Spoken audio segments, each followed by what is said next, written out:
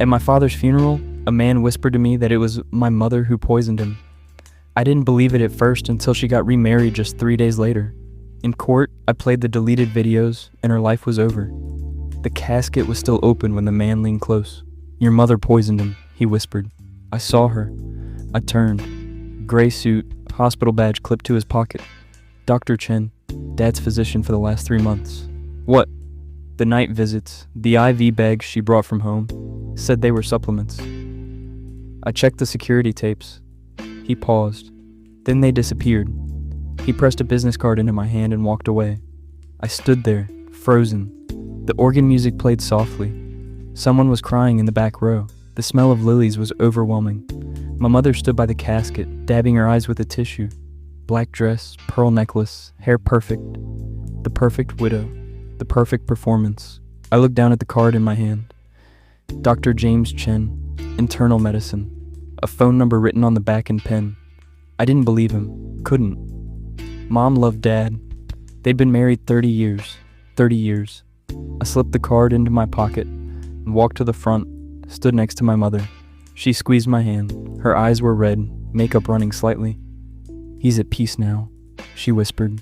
I nodded, couldn't speak. Dad looked small in the casket, gray, not like himself.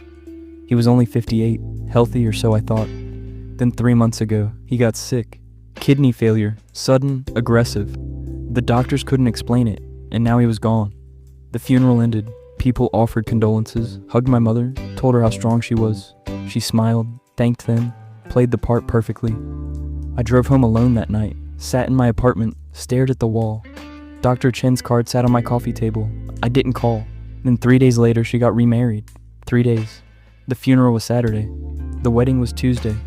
I found out from Facebook a photo, my mother in a white dress, not black anymore, smiling wide, holding hands with Richard, Dad's business partner. The caption, "Sometimes love finds you when you least expect it. New beginnings. Blessed happily ever after." 47 likes already. Comments congratulating her. My hands shook. The phone almost slipped from my grip. Dad died 2 weeks ago, 14 days, and she was married again to his business partner. The man who'd been at our house for dinners, who'd sat at our table, who'd shaken my father's hand. I scrolled through her page, looking for something, anything that made sense. Found photos from a month ago, her and Richard at a restaurant, her and Richard at a concert, her and Richard on a weekend trip, all while Dad was in the hospital dying. My stomach turned. I sat in my apartment. Dr. Chen's card was still on my desk. I'd carried it home from the funeral, set it down, tried to forget about it. I stared at it for an hour. Then I called. "Hello, Dr. Chen. This is David. David Morrison. You spoke to me at my father's funeral." "I remember. I'm glad you called. I need to know everything." We met the next day. Coffee shop downtown, corner table, quiet. He brought a folder, kept it in his lap, wouldn't let it leave his hands. "Your father was healthy," Dr. Chen said, voice low. His medical history was clean. No kidney issues, no family history of kidney disease. Then suddenly he wasn't. Kidney failure, fast, too fast for natural causes. What does that mean? It means I ran extra tests without your mother's knowledge, found traces of ethylene glycol in his blood work, antifreeze, small doses over weeks, maybe months. My stomach dropped. "Your mother visited every night," he continued, after visiting hours. She had a key card somehow, brought special IV bags, said they were supplements approved by his other doctor, herbal remedies, natural treatments. There was no other doctor? No, I checked. I asked her for the name. She kept saying she'd get it to me, never did. He pulled out his phone, showed me a video, grainy security footage, timestamp in the corner. My mother entering Dad's hospital room, looking around, checking the hallway, changing the IV bag quickly, adjusting the drip rate, checking the door again, leaving. She did this 4 nights in a row, 4 different bags. Then your father got worse. Then he died. I felt cold, numb. "Why didn't you go to the police?" I tried. Went to hospital administration first, told them I needed the security footage preserved. They said they'd look into it. 2 days later, the footage was gone, deleted. The hospital said there was a technical error, a system malfunction. Someone erased it. Yes, and your father signed a DNR. Do not resuscitate. No autopsy, no examination, nothing to test. Just cremation orders already filed. So she gets away with it. He looked at me, his eyes tired, sad. Unless someone who has legal standing requests an investigation, a family member, a son. I understood. I made a copy first, he said. Sent the footage to my personal email before it was deleted. I knew something was wrong. I couldn't let it just disappear. He showed me the files. 4 videos, 4 nights, all showing the same thing. My mother changing IV bags, poisoning my father. I could lose my license for this, he said quietly, for keeping this, for not reporting through proper channels. But your father was a good man. He deserved better. I took the videos, thanked him, left. That night, I couldn't sleep. I lay in bed staring at the ceiling, thinking about my mother, about 30 years of marriage, about every family dinner, every holiday, every moment I thought was real. Had she been planning this the whole time? The next morning, I went to Dad's house, my mother's house now. I still had a key. She was out. Honeymoon, probably. The Facebook photos showed beaches and palm trees. I went to Dad's office, the room he'd spent hours in, working, reading, thinking. His computer was still there, password still the same, my birthday. I searched his files, found his security system folder. Dad was paranoid about break-ins, had cameras everywhere, external hard drive hidden in his desk drawer behind old tax returns. I plugged it in, months of footage, every room, every angle, time-stamped, organized by date. I spent 8 hours watching. Kitchen, living room, bedroom, garage, weeks of normal life, Dad reading, Mom cooking, both of them watching TV. Then I found it, kitchen, 2 months ago, 7 a.m. Dad sitting at the table, coffee cup in front of him, reading the newspaper. My mother walked in, poured herself coffee, talked to him. He laughed at something she said, then his phone rang. He stood up, walked to the other room to answer. My mother looked at his coffee cup, looked at the doorway, reached into her robe pocket, pulled out a small bottle, clear liquid, poured it into his coffee, maybe a tablespoon, stirred it with his spoon, put the bottle back in her pocket, sat down, sipped her own coffee, smiled. Dad came back, drank his coffee, kissed her forehead, left for work. I watched it 3 times, made sure I wasn't seeing things. I wasn't. Bedroom, 6 weeks ago, 10 p.m. Dad taking his nightly medications. Pills lined up on the nightstand, blood pressure, cholesterol, vitamins. My mother handed him water, kissed his cheek. But in the corner of the frame, I saw it. Saw her hand, saw her switch the pills while he wasn't looking, replace them with something else, something from her pocket. Garage. 4 weeks ago, 2 p.m. Dad's antifreeze container sitting on the shelf. The green liquid visible through the plastic. My mother walked in, looked around, grabbed the container, poured it into a small glass bottle, maybe 4 ounces, looked directly at the camera, didn't seem to realize it was recording, put the cap back on the antifreeze, put the small bottle in her purse, walked out. Hospital 3 months ago to 2 weeks ago, 4 different nights, 4 different videos.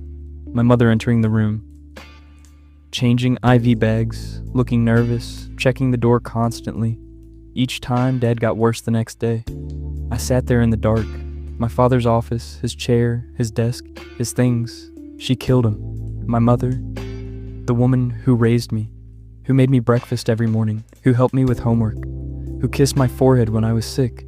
She murdered him slowly, methodically, over months, while smiling, while playing the devoted wife, while sleeping with his business partner. I felt sick, ran to the bathroom, threw up, sat on the floor, crying, shaking. Then I got up, washed my face, went back to the office, copied everything. 3 external hard drives, cloud storage, encrypted files. Gave 1 copy to my lawyer, kept 1 in a safety deposit box, kept 1 with me. Then I waited. They came back from the honeymoon 2 weeks later. Posted pictures, beaches, sunset dinners, her head on Richard's shoulder, matching rings. The comments were supportive. So happy for you. You deserve this. Love wins. Nobody questioned it. Nobody thought it was strange. I filed for an investigation the next day, requested an exhumation, provided the hospital footage as probable cause. The police called her in for questioning. She hired a lawyer, expensive one, played the grieving widow, said I was unstable, grieving, angry about her new marriage, jealous, irrational. My son is having trouble processing his father's death, she told the detective. He's looking for someone to blame. This is a horrible accusation. But the judge approved the exhumation anyway. They dug up my father, ran extensive tests, toxicology, tissue samples, everything they could. Found ethylene glycol, concentrated lethal levels in his organs, his bones, his hair. Months of poisoning, undeniable. They arrested my mother on a Thursday morning, showed up at her house, Richard's house now. They'd moved in together, handcuffed her in front of the neighbors, perp walk, cameras. She cried, screamed, said it was a mistake, a misunderstanding. Richard stood in the doorway watching, said nothing. The trial was 4 months later. I sat in the front row every single day, took time off work, didn't miss a moment. She wouldn't look at me, kept her eyes down or on her lawyer, never at me. Her lawyer was good, argued coincidence, accident. Maybe Dad ingested antifreeze somehow, maybe contaminated medication from a pharmacy error, maybe environmental exposure. There's no direct evidence linking my client to any intentional poisoning, he said. The prosecutor was better, showed the hospital footage. Dr. Chen testified, explained the medical timeline, the sudden decline, the traces in the blood work. But they needed more, needed definitive proof. The defense was poking holes, creating reasonable doubt. That's when I stood up. Your Honor, I have additional evidence. The courtroom went quiet. Everyone turned. I walked to the front, USB drive in my hand. My mother's face went white. She grabbed her lawyer's arm, whispered something frantically. Her lawyer stood. Objection. This wasn't submitted in discovery. This is highly irregular. Your Honor, I said calmly, this evidence is from my father's personal property, his home security system. I only recently found it. It's directly relevant to the case. The judge looked at the prosecutor, at the defense attorney, at me. I'll allow it, but counselor, you'll have time to review before we proceed. They plugged the USB into the courtroom display system. The lights dimmed, the screen lit up. I didn't narrate, didn't need to. The video played, kitchen, Mom pouring the clear liquid into Dad's coffee, looking around, casual, practiced. Bedroom, Mom switching pills, smooth, quick, efficient. Garage, Mom filling the small bottle from the antifreeze container, looking directly at the camera, not knowing. Hospital, Mom changing IV bags. 4 different nights, 4 different angles, 4 clips total, 3 minutes, crystal clear, time stamped. No ambiguity, no doubt. The room was completely silent. I watched my mother. She was shaking, tears running down her face, but not sad tears, not grief, scared tears, trapped tears. Her lawyer had his head in his hands. Richard sat in the back. He stood up, walked out, never looked back at her. The prosecutor didn't even need to summarize, just said, "The state rests." The jury took 40 minutes. 40 minutes to watch the videos again, to deliberate, to decide. Guilty, first-degree murder, premeditated with special circumstances. My mother sobbed, collapsed in her chair. Her lawyer caught her. The judge spoke, his voice hard, cold. "Mrs. Morrison, your actions were calculated, methodical. You poisoned your husband slowly over months while pretending to care for him. You showed no remorse. You remarried before his body was cold, before his family could even grieve." He paused. "You betrayed every vow you made, every promise, every moment of trust."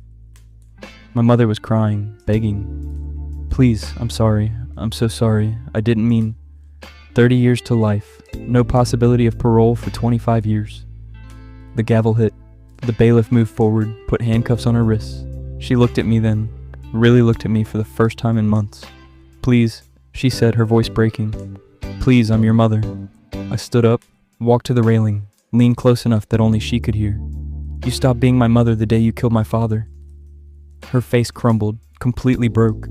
They led her away. She screamed my name, begged me to help her, promised she'd explain everything, promised it wasn't what it looked like. I didn't turn around, just walked out of the courtroom. Outside, reporters swarmed. Cameras, microphones, questions shouted from every direction. I ignored them, pushed through, kept walking. Dr. Chen was waiting by my car, leaning against the hood, hands in his pockets. "Thank you," I said. He nodded. Your father was a good man. He deserved justice. He did. I'm sorry you had to go through this. Don't be. I'm glad I know the truth. We shook hands. He walked away. I drove to the cemetery, stood at Dad's grave, new headstone, fresh flowers someone had left. She's gone, I said quietly. She can't hurt you anymore. The wind blew. Leaves scattered across the grass.